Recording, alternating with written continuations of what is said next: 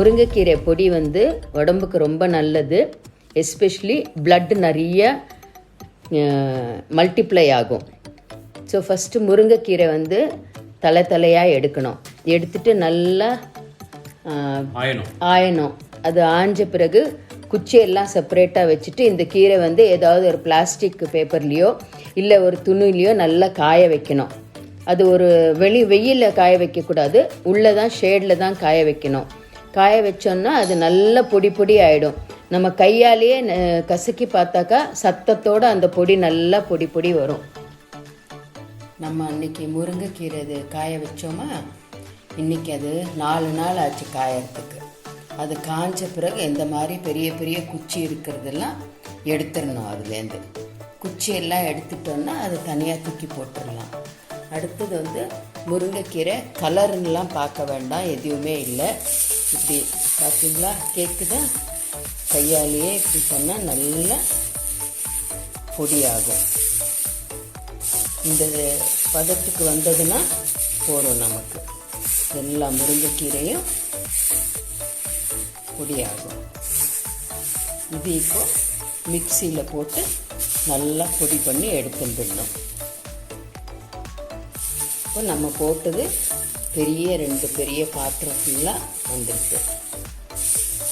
நல்லா காஞ்சிருக்கு. 4 நாள் ஆச்சு இது காயறதுக்கு. இப்போ நல்லா காஞ்சிருக்கு. கையாலேயே பண்ணினா பொடியாகுது. பட் ஆனால் நம்ம மிக்சியில் போட்டு நல்லா பொடி பண்ணி எடுக்கணும். எடுத்த பிறகு என்னென்ன ஆட் பண்ணுறதுன்னு நான் காமிக்கிறேன். இப்போ அதெல்லாம் நைஸாக பொடி பண்ணிட்டுட்டோம்.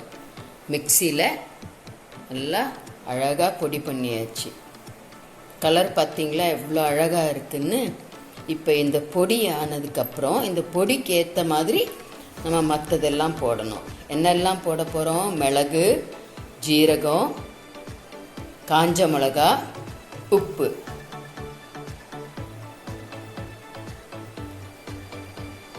மிளகு வந்து ஒரு 100 கிராம் இருக்கும். அதே போல் ஜீரகமும் ஒரு 75 கிராம் இருக்கலாம். டீஸ்பூன்ஸில் பார்த்தீங்கன்னா ஒரு 4 ஸ்பூன் இருக்கும்.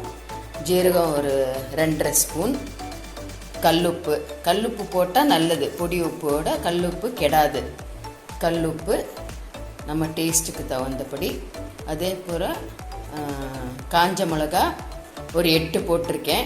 ஏன்னா மிளகும் இருக்கிறதுனால சாதத்தோடு சாப்பிட்றது, நெய் போட்டு சாப்பிடலாம், இல்லைன்னா சூப் பண்ணி குடிக்கலாம், இல்லை நம்ம பொரியலுக்கு எல்லாம் கூட போட்டுக்கலாம். நம்ம இஷ்டம்தான். நம்ம டேஸ்ட் பிரகாரம் நம்ம செய்யலாம். இப்போ இது மிளகு, ஜீரகம், வரமிளகா, உப்பு அதையும் இப்போ நல்லா வறுத்துண்டுட்டு வெறும் வாணலியில் தான் வறுக்கணும். எண்ணெய் எல்லாம் போட வேண்டிய அவசியமே இல்லை. வறுத்து இது எல்லாம் நைஸாக பொடி பண்ணிட்டு திருப்பி இந்த கீரையும் அதையும் சேர்த்து ஒரு தடவை நல்லா பொடி பண்ணிக்கணும். பொடி பண்ணி தட்டில் போட்டுட்டு ஆறின பிறகு நம்ம பாட்டில்லையோ இல்லை நல்ல ஏர் டைட் கண்டெய்னர்லேயோ போட்டு வச்சுட்டோன்னா கெடவே கெடாது, ரொம்ப நாள் இருக்கும். சாப்பிட்டு டேஸ்ட் எப்படி இருக்குன்னு பார்த்துட்டு சொல்லுங்கள். தேங்க்யூ. ஃபைனல் பொடி இது.